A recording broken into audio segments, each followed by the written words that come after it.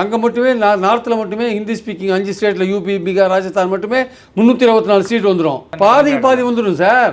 அப்போ எவ்வளோ பெரிய ஆபத்து பாருங்கள். உங்கள் சவுத்தே வேண்டான்னுவான் பிஜேபிக்காரன். என்ன சொல்லுவான், சவுத்தே வேண்டான்னுவான். இந்தி திணிப்பு மாதிரி எக்கச்சக்க சிஏஏ எல்லா சட்டத்தையும் அந்த நார்த்தில் ஓட்டை வாங்கிட்டு அங்கே வின் பண்ணிவிடுவான்.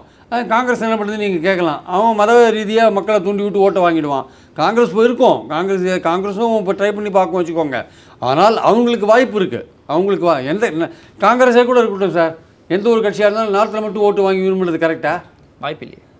காங்கிரஸாக இருந்தாலும் சரி, பிஜேபியாக இருந்தாலும் சரி, நார்த்தில் மட்டும் ஓட்டு வாங்கி நீங்கள் மெஜாரிட்டி கவர்மெண்ட் ஃபார்ம் பண்ணிங்கன்னா அப்போ சவுத்தை கம்ப்ளீட்டாக புறக்கணிப்பீங்கல்ல. ஏற்கனவே சவுத்தை புறக்கணிக்கிறாங்கன்ற ஒரு கம்ப்ளைண்ட் ரொம்ப நாளாவே இருக்கு. நிதி போன்ற விஷயங்களை புறக்கணிக்கிறாங்கன்ற விஷயம் இருக்குல்ல. அப்போ மட்டும் இல்லாமல் முக்கியமான அமைச்சரவை கொடுக்கறதுலேயே சவுத்துக்கு ஒரு பெரிய ரெப்ரஸன்டேஷன் இல்லை அப்படின்றாங்க. நிர்மலா சீதாராமன் சவுத்துன்னு சொன்னாலும் அவங்க எவ்வளோ சவுத்துக்காக பேசியிருக்காங்க. இல்லை, அவங்க கனடாவிலேருந்து பெங்களூர் தான் எலெக்ட் ஆகிருக்காங்க ராஜ்யசபாக்குன்னா. நம்ம பாயிண்ட் என்னென்னா 2001 84வது அமெண்ட்மெண்ட் வந்தது. அந்த 84வது அமெண்ட்மெண்ட்டில் சொன்னாங்க 25 வருஷம் கழிச்சு 26 வருஷம் நீங்கள் பண்ணுங்கன்னாங்க.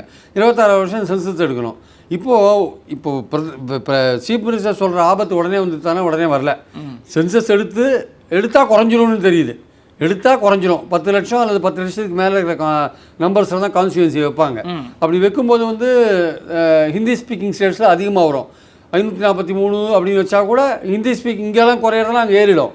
ஆமாம், இங்கே 26 குறைஞ்சுன்னா அங்கே 26 ஏறிடும். ஆனால் இதுவே 800 வச்சுக்கோங்க, அங்கே தாறுமாறாக ஏறிடும் நார்த்தில், இங்கே தாறுமாறாக குறைஞ்சிருவீங்க. ஸோ அதனால் சிஎம் சொல்கிற விஷயம் கரெக்டான விஷயம். நமக்கு இப்போதைக்கு இந்த ஒரு 543 வச்சா கூட நமக்கு டீலிமிட்டேஷனில் அதான் மெயின்டைன் பண்ண போகிறாங்க. ஃபியூச்சர்னா கூட நமக்கு 8 தொகுதி குறைஞ்சிடும். 39 8 தொகுதி குறைஞ்சிடும். அது எப்படி சார் நம்ம ஒத்துக்க முடியும்? நம்ம இது முக்கியமான பிரச்சனை. அது இப்போவே குரல் கொடுக்கறது நல்லது தான். ஆனால் எதிர்கட்சிகள் எந்த அளவுக்கு இதுக்கு ஆதரவு கொடுப்பாங்க? ஏன்னா அவங்க என்ன பண்ணுவாங்க, இது திசை திருப்புறாரு சீஃப் மினிஸ்டர் அப்படின்ற மாதிரியான விஷயங்களை சொல்லுவாங்க. ஏன்னா இப்போ இந்த என்இபி சார்ந்த விஷயங்கள், இந்தி திணிப்பு சார்ந்த விஷயங்கள் பரபரப்பாக போயிட்டு இருப்போம். சம்மந்தமே நம்ம இந்த டீலிமிட்டேஷன் பற்றி பேசுகிறாங்க. அது சட்டம் ஒழுங்கு பிரச்சனை, அது இது நிறைய சொல்கிறாங்களே எதிர்கட்சி.